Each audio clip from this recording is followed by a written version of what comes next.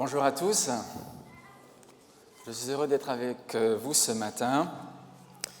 Initialement, j'aurais dû rester toute la journée en votre compagnie, mais le programme Coming Out est venu bousculer notre planning. Certainement que l'annonce a été faite chez vous. Nous accueillons sur notre territoire 4 personnes qui ont vécu une expérience tout à fait unique en ce qui les concerne, chacun bien sûr, et qui en témoignent. Vous aurez l'occasion de les accueillir mercredi. Ils seront 2, Michael et Carole. Et pour tous ceux qui n'ont pas qui ne seront pas retenus ailleurs, qui n'auront pas d'obligation, vraiment je vous invite à faire le déplacement, à vous déranger pour venir les écouter. Ce sont des personnes qui sont passées d'une vie homosexuelle, voire transgenre, à une vie tout à fait autre. Ils en témoigneront mieux que moi. Ils sont 4 en tout, alors certains se sont dit « mais comment ça se fait que nous puissions les accueillir mercredi soir et que d'un autre côté, à la Maison de l'Espérance, il y ait également un programme ?» Et oui, c'est parce qu'ils sont 4, donc nous avons voulu leur donner la possibilité de s'exprimer autant que possible dans nos églises, ce qui fait qu'il y a à chaque fois 2 programmes en parallèle. Voilà. Donc c'était vrai la semaine dernière pour l'église de Bagnolet, qui les a accompagnés pendant toute une semaine, et ce sera vrai aussi à partir d'aujourd'hui avec l'église de Paris-Sud, qui va les accompagner pendant toute une semaine.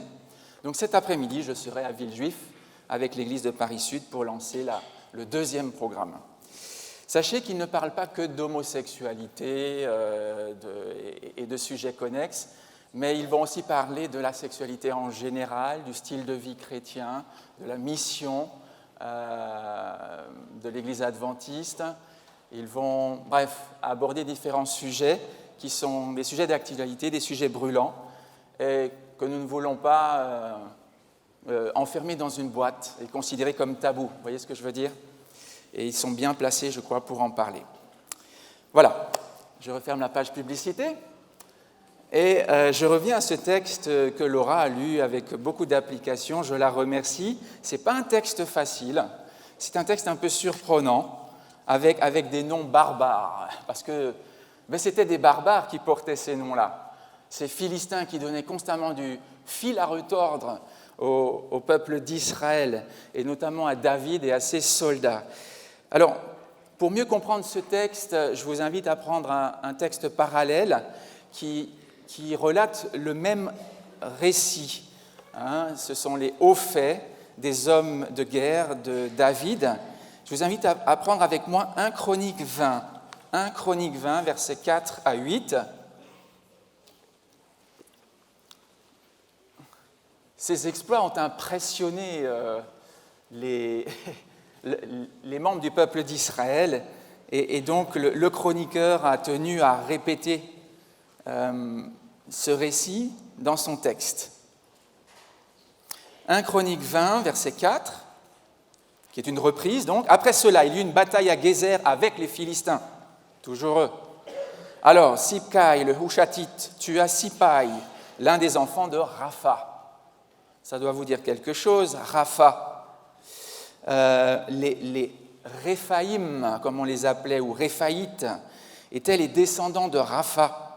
Ils faisaient partie des populations cananéennes. On peut le vérifier en Genèse 15, versets 18 à 21.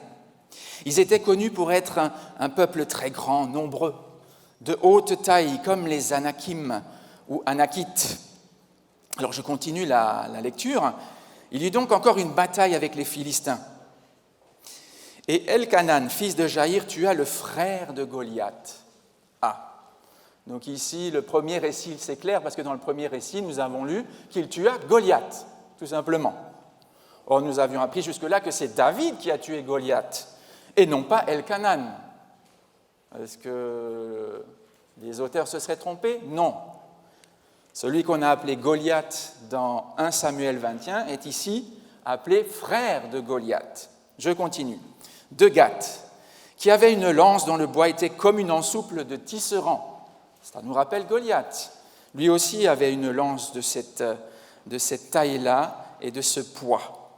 Il y eut encore une bataille à Gath Il s'y trouva un homme de haute taille qui avait 6 doigts à chaque main et à chaque pied, 24 en tout, qui était aussi issu de Rapha. Tiens, 6 doigts à chaque main, à chaque pied. Ça nous rappelle la taille de Goliath, l'original en quelque sorte. Goliath avait 6 coudées de haut. Une coudée environ 50 cm, ça vous donne la taille du bonhomme.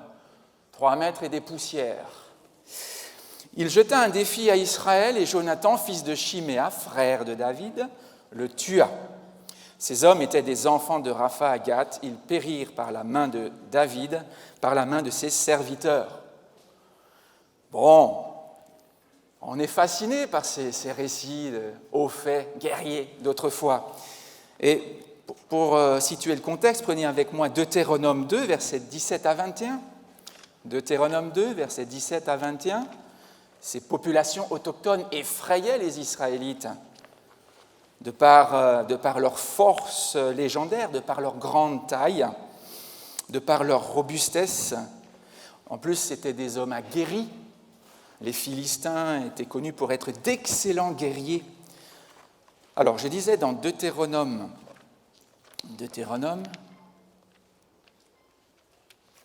chapitre 2, à partir du verset 17, nous lisons ceci. L'Éternel me parla et dit, tu passeras aujourd'hui, c'est Moïse qui s'exprime, tu passeras aujourd'hui la frontière de Moab à Ar, et tu approcheras des enfants d'Ammon.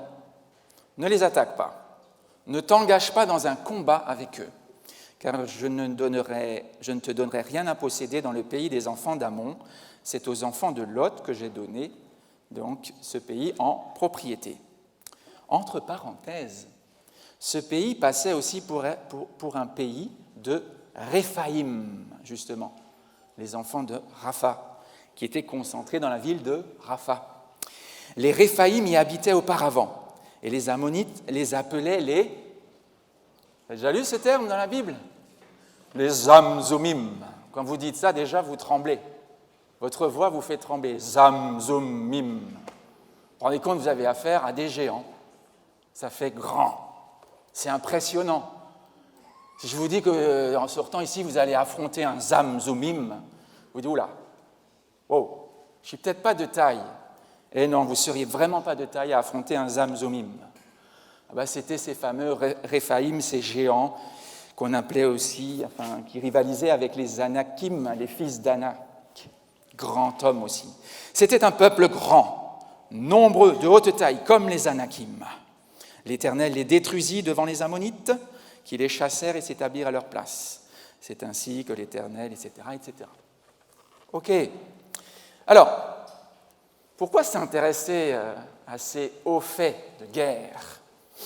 Eh bien, parce que j'ai été interpellé par le fait, moi personnellement, que David n'est pas le seul homme d'Israël, n'est pas le seul soldat qui a vaincu Goliath,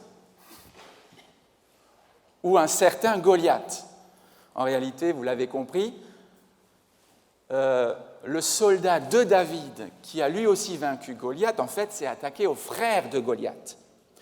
Parce que David a bel et bien coupé la tête au Goliath que nous connaissons. Mais le frère de Goliath ressemblait tant et si bien au Goliath original qu'on l'appelait lui aussi Goliath. C'est comme si Goliath était ressuscité. Et là, cette fois-ci, ce n'est pas David qui va mener le combat, mais c'est un homme de David, un certain Elkanan. Bon, et il va l'emporter. Pas que lui, il y a Abishai aussi qui a combattu un certain Jishbi Benob que David avait du mal à combattre. David a failli tomber sous les coups de Jishbi Benob si son neveu Abishai n'était pas intervenu. Et remarquez, parmi ces 4 valeureux guerriers, il y a 2 neveux de David. Il y a le fils de Tserouia, sa sœur, et il y a le fils de Chiméa ou Chiméi, son frère.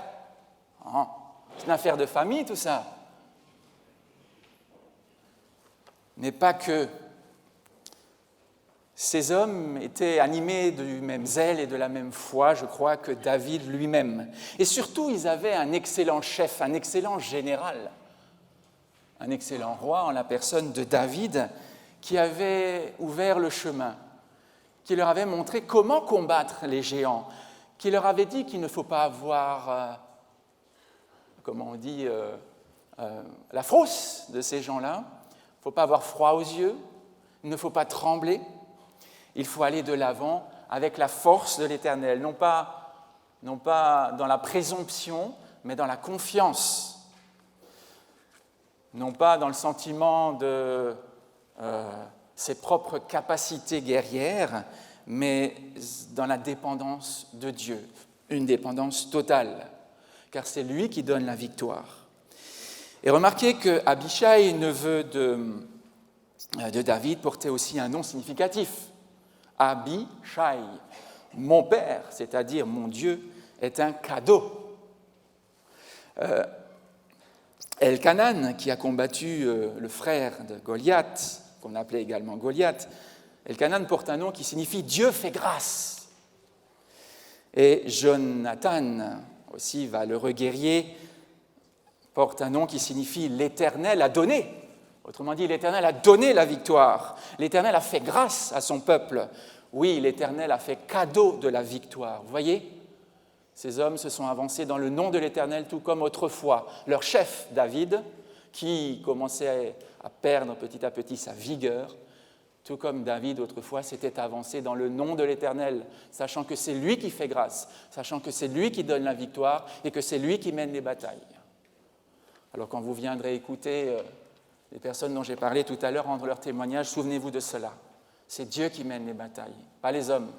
Les hommes sont impuissants, totalement impuissants, face à tous les géants qui les menacent et parfois même qui les habitent. Les vices, les mauvaises habitudes, les mauvaises tendances, les penchants au mal, etc. Les comportements inappropriés que nous répétons et répétons encore et encore. Cela, nous pouvons aussi les considérer comme des géants dans nos vies. Alors voilà, oui, 4 géants ont été combattus par 4 soldats de David. Ces géants qui avaient les mêmes caractéristiques que Goliath en personne. Sachez-le, David a tué un géant et 4 de ses guerriers à son service en ont fait autant que David, aussi bien que David. Ils n'avaient pas moins de mérite que lui dans ce combat, y compris devant Dieu, bien sûr. Curieusement, Saül, lui, a tremblé devant Goliath. Pouvez-vous le citer le nom d'un seul soldat de Saül qui a remporté une victoire contre un géant? Cherchez, vous ne trouverez pas. Aucun homme de l'armée de Saül n'a pu vaincre un géant. Par contre, au moins 4 hommes de l'armée de David ont su vaincre des géants, dont 2 de ses neveux. C'est intéressant, n'est-ce pas? C'est dire, mes amis. Et c'est là, comme le disent les Américains, my point, mon point, c'est là que je veux venir. Eh bien, l'exemple, le modèle, a une puissance, une force incroyable. C'est dire la force de l'exemple, ou, si vous préférez, l'influence d'un bon modèle, le courage d'un côté, du côté de David et de ses hommes, tout comme la couardise de l'autre, la crainte, la timidité, eh bien, sont contagieux. C'est contagieux. Si vous venez mercredi soir, excusez-moi, mais vous aurez encore une fois une illustration. Un homme qui va donner son témoignage, une femme qui donnera son témoignage par la suite. Et vous verrez comment la femme qui a changé de vie il n'y a pas longtemps, il y a 2 ans à peine, et qui a été baptisée aussi il y a 2 ans à peine, eh bien, elle a été gagnée par le témoignage de cet homme. Comment elle a été impressionnée par son témoignage et de quelle façon ce témoignage, qui a été un modèle, un exemple pour elle, l'a aidée dans sa marche chrétienne, à l'aider à sortir d'un sentier qui l'a menée où elle ne voulait pas aller. voyez la puissance de l'exemple. Pourquoi les hommes de David ont-ils réalisé de tels exploits? La réponse, vous l'avez. Parce qu'ils ont eu un bon modèle. Mais non seulement cela, ça ne suffit pas. Parce qu'ils étaient attachés à ce modèle, attachés à leur chef. Ils l'aimaient et l'appréciaient. Vous pouvez avoir un bon modèle, mais si vous ne l'aimez pas, ça ne fonctionnera pas. Vous ne serez jamais poussé à l'imiter. Vous n'aurez même pas le désir de lui ressembler. Vous vous détacherez de lui. Et parmi les témoignages que j'ai entendus, et ces 4 témoignages de la puissance de Dieu dans la vie d'un homme ou d'une femme, il y en a qui ont dit « j'ai rejeté mes parents ». Et cela m'a complètement perturbé. J'ai rejeté le modèle parental, que ce soit celui de mon père ou celui de ma mère, j'en ai pas voulu. Et ça m'a complètement déconstruit, parce que j'ai dû trouver ailleurs des modèles. Certains avaient, parmi ces gens qui témoignent, avaient de bons modèles parentaux et l'ont pourtant rejeté. D'autres avaient de piètres modèles parentaux et les ont aussi rejetés. Après, c'est une question aussi de choix, de positionnement personnel. Mais voyez, il faut pouvoir s'attacher au modèle pour que cela fonctionne, pour que la force de l'exemple s'exerce sur vous. Et David, lui, était admiré par ces 4 hommes. David était un chef que l'on aimait suivre. Et d'ailleurs, vous l'avez bien vu, Abishai est venu rapidement au secours de son seigneur, entre guillemets, pour combattre le géant. Donc, parce qu'il tenait à la vie de David. Quelqu'un a dit, la marquise de Lambert, dans Avis d'une mère à son fils, « Il faut commander par l'exemple et non par l'autorité. L'admiration force à l'imitation, bien plus que le commandement. » L'admiration force à l'imitation, bien plus que le commandement. Et traiter rudement ses soldats, c'est être leur tyran et non pas leur général. Alors comment devient-on un exemple pour les autres? Comment David lui-même est-il devenu un exemple pour ces hommes? Eh bien, il avait choisi pour lui-même un excellent modèle. Il avait pris le meilleur de tous les modèles. Alors lisez avec moi dans le Psautier, le chapitre 68. Donc Psaume 68, nous lirons les premiers versets. Psaume 68, versets 1 et suivants.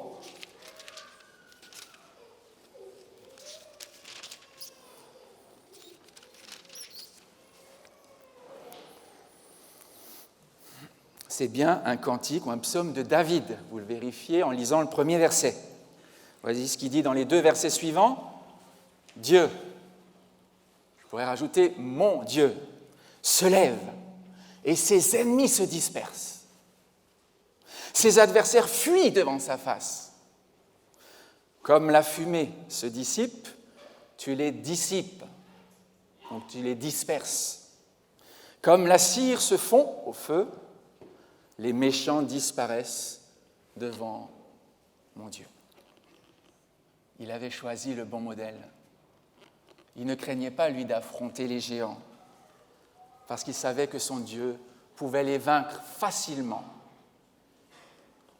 d'un seul trait, d'un seul coup. Oui, notre Dieu se lève et ses ennemis, tous ses ennemis, se dispersent aussitôt. Nous sommes invités, bien sûr, à prendre Dieu pour modèle, et en particulier Dieu fait homme en la personne de Jésus-Christ qui nous a rejoints pour que nous puissions pleinement nous identifier à lui qui est le modèle par excellence. Aucune défaillance en Jésus-Christ. Oui, nos parents sont toujours défaillants, même les meilleurs d'entre eux ne sont pas exempts de reproches. Mais pour se construire, pour évoluer, pour s'améliorer, pour progresser, pour s'auto-éduquer, il faut un modèle. Nous fonctionnons comme cela par imitation. C'est inscrit dans nos gènes. Nous avons besoin de cela et d'être tout petits, nous grandissons en regardant plus haut, en regardant au-dessus de nos épaules, à notre père, à notre mère, au grand frère, à la grande sœur. Nous avons besoin d'un modèle et tôt ou tard, nous le deviendrons pour d'autres. Modèle ou anti-modèle, n'est-ce pas? C'est-à-dire bon ou mauvais modèle, mais modèle tout de même, que nous le voulions ou non, que ce soit volontaire ou pas. J'ai là un florilège de citations. J'ai observé que beaucoup de citations se rapportaient à ce thème de l'exemple. Sur la gouvernance, par exemple. La gouvernance, en parlons beaucoup aujourd'hui. Un mauvais exemple donné par l'autorité est une prime accordée au vice, disait Louis de Bonald dans les Pensées sur divers sujets. Le mauvais exemple des grands est contagieux aux petits. Bernard Fontenelle, Pensées et réflexions. On est mieux gouverné par les exemples que par les lois. C'est aussi vrai dans le domaine de l'éducation. Là, vous avez des citations intéressantes, comme ce proverbe danois. Les exemples sont les meilleures leçons pour la jeunesse.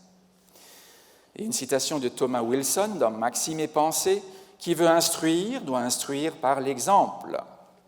Plus proche de nous, Jean-Jacques Rousseau, qui n'a pas forcément été le meilleur des exemples, dans Émile ou de l'éducation, dit « Ô parents, l'exemple, l'exemple !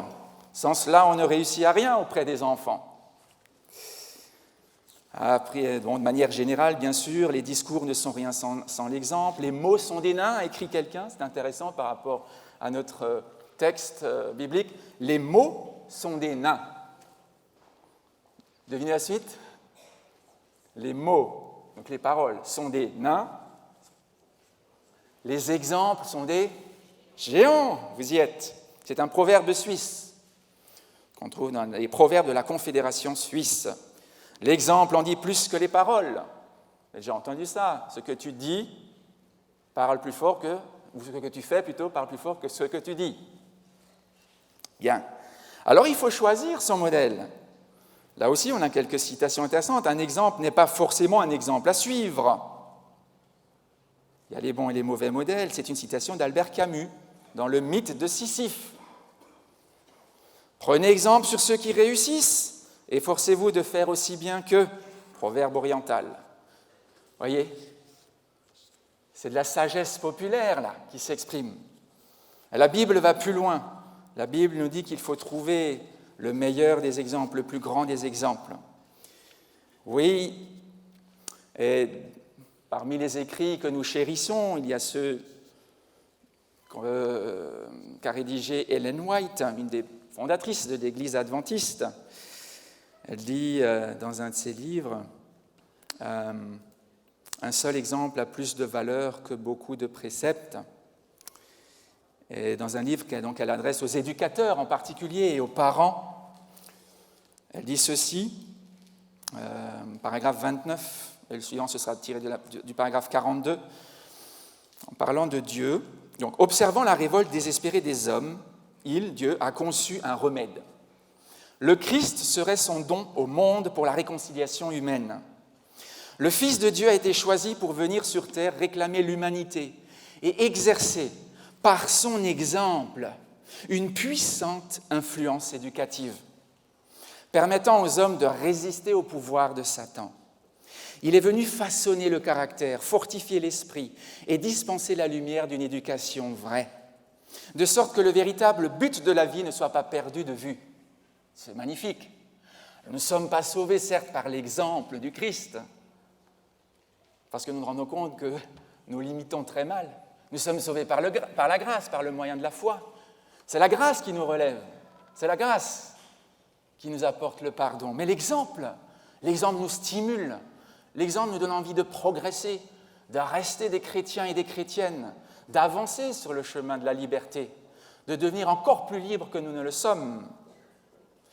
Et donc, si nous acceptons de suivre Christ, de le prendre pour modèle, eh bien nous subissons cette influence morale qui n'est pas négligeable parce qu'elle contribue véritablement à notre sanctification, tout comme la grâce, tout comme l'assurance du pardon et du salut.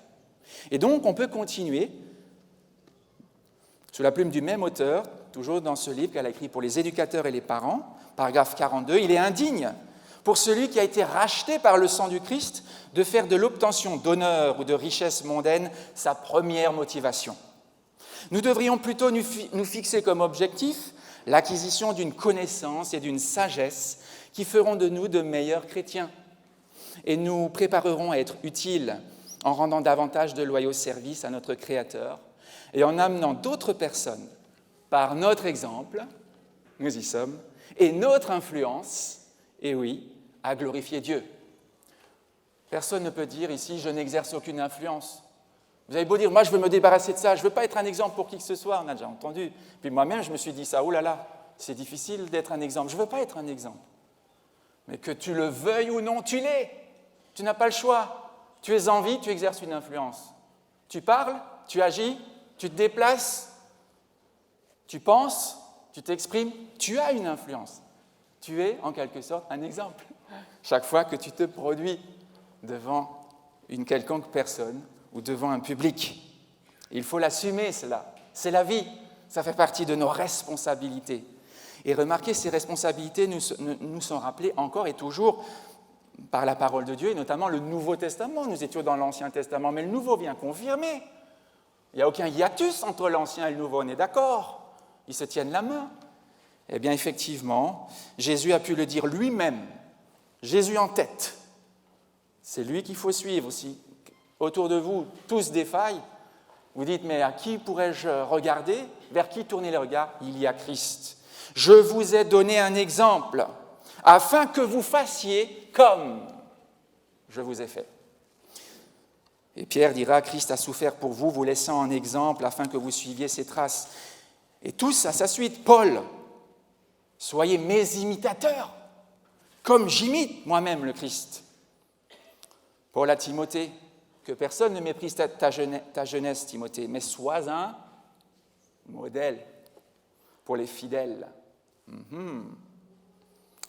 Aux anciens, paissez le troupeau de Dieu qui est sous votre garde, non par contrainte, mais volontairement, non comme dominant sur ceux qui vous sont confiés, mais en étant les modèles du troupeau. Aux membres aussi, aux membres d'Église, vous-même, vous avez été mes imitateurs et ceux du Seigneur. C'est Paul qui parle dans l'Épître aux Thessaloniciens, la première, en recevant la parole au milieu de beaucoup d'afflictions avec la joie du Saint-Esprit, en sorte que vous êtes devenus un modèle pour tous les croyants de la Macédoine. Vous voyez, c'est l'effet domino. Il faut partir du Christ, et après, c'est extraordinaire ce qui peut se passer à travers les relations de personne à personne. Paul a pris Christ pour modèle. Les membres de l'Église de Thessalonique ont pris Paul pour modèle. Et Christ. Et à leur tour, ils sont devenus des modèles pour d'autres, et ainsi de suite. C'est ça la chaîne du vivant. Imitez ceux qui, par la foi et la persévérance, héritent des promesses, dans Hébreux 6, 12. Prenez exemple sur les conducteurs qui vous ont annoncé la parole de Dieu. Considérez quelle a été la fin de leur vie, imitez leur foi, Hébreux toujours. Et enfin dans Jacques, prenez mes frères et mes sœurs pour modèle de souffrance et de patience les prophètes qui ont parlé au nom du Seigneur Jésus. Voilà. Alors nous sommes invités, bien sûr, d'une certaine façon aussi à rendre grâce à Dieu pour tous les modèles humains qu'il nous a donnés, qui nous ont aidés à nous construire. Et là, on pourrait faire un exercice, je pourrais vous demander de fermer les yeux un instant et de penser à une personne de votre entourage familial, professionnel ou de votre voisinage, parmi vos amis, une personne pour qui vous avez une certaine admiration, que vous considérez quelque part comme un exemple dans un domaine ou dans un autre de sa vie. Et identifiez quel est le trait de sa personne, quelle est la caractéristique chez cette personne qui fait qu'elle vous serve de modèle ou que vous ayez pour lui de l'admiration. Et vous verrez que cela se rapporte à Christ. Les qualités que vous appréciez chez les uns et chez les autres sont les qualités que vous trouvez en Jésus-Christ. Et c'est donc à lui que nous voulons rendre grâce. Et vous savez, ce que je vous ai dit là ne devrait pas vous culpabiliser, mais vous encourager à aller de l'avant. S'il y a besoin, vous ressaisir. Parce qu'il faut aussi se poser cette question, quel genre de modèle suis-je moi pour les autres ? Qui est mon modèle ? Qui est-ce que j'admire ? Et qu'est-ce que j'admire chez eux, ou chez lui, chez elle ? Mais aussi,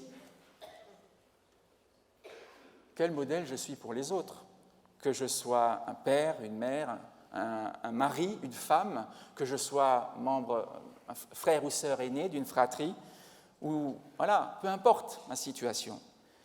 Qu'est-ce que je donne à penser aux autres? Quel modèle, suis-je pour eux? Est-ce que je suis imitable? Est-ce que j'incite à aller vers Christ ou pas? Et à partir de là, chercher le remède, la solution et l'issue à mes difficultés, s'il y en a, en Jésus-Christ. J'aimerais finir en cette année 2017 qui a été la commémoration de la réforme protestante par l'exemple de Dietrich Bonhoeffer.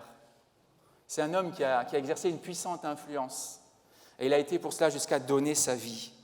Vous savez, Bonhoeffer a résisté au régime nazi de toutes ses forces, C'est de lui qu'on a l'affirmation suivante: l'Église n'est réellement l'Église que quand elle existe pour ceux qui n'en font pas partie. C'est de Dietrich Bonhoeffer. Et pour lui, je le cite, le devoir inconditionnel de l'Église envers les victimes de tous les systèmes sociaux, même s'ils n'appartiennent pas à la communauté des chrétiens. Voilà. C'est-à-dire qu'il considérait que l'Église devait faire quelque chose pour toutes les victimes, qu'elles soient croyantes ou non. Il a donné sa vie pour ses convictions 1 mois avant la fin de la Seconde Guerre mondiale. Et aujourd'hui, quoique mort, comme pour Abel, il parle encore, parce qu'il a laissé un exemple de résistance, de courage, de force. Peut-être un modèle qui nous est un peu plus proche. Je ne puis que vous encourager à continuer dans votre marche chrétienne et à vous réjouir de ce que le Christ marche devant nous, qu'il soit notre force, notre général, notre frère aîné aussi, sur qui nous pouvons prendre exemple et à qui nous voulons regarder en rayonnant de joie. Que Dieu vous bénisse. Amen.